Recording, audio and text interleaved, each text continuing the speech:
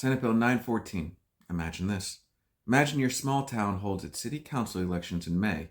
Very few people show up. The same handful of voters decide who runs the city.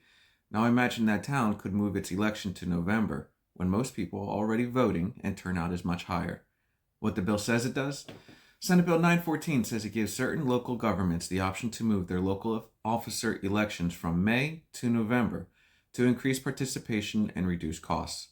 What it actually does? This means a small number of specifically defined cities and one specifically defined county are allowed to switch their election dates if they act before the end of 2026. Other cities and counties cannot do this unless the legislature passes another bill just for them. Who benefits? Small cities that qualify under the bill's population and government structure rules. One county that meets very narrow population and geographic criteria, and voters in those places who are more likely to vote in November elections. Who pays the price? Cities and counties that do not meet the narrow criteria and are stuck with low turnout May elections.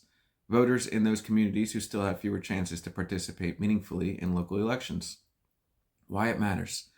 Election timing affects who shows up and who has power. When elections are held in May, turnout is low and influence stays concentrated among insiders. When elections are held in November, everyday people are more likely to vote.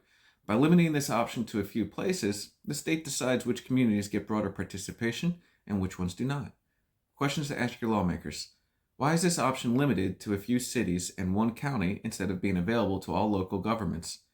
If higher turnout is the goal, why not make November elections a standard local option statewide?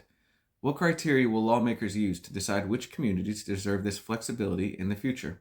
Bottom line, Senate Bill 914 helps a few communities move elections to where more people vote, but leaves most Texans waiting for permission to do the same.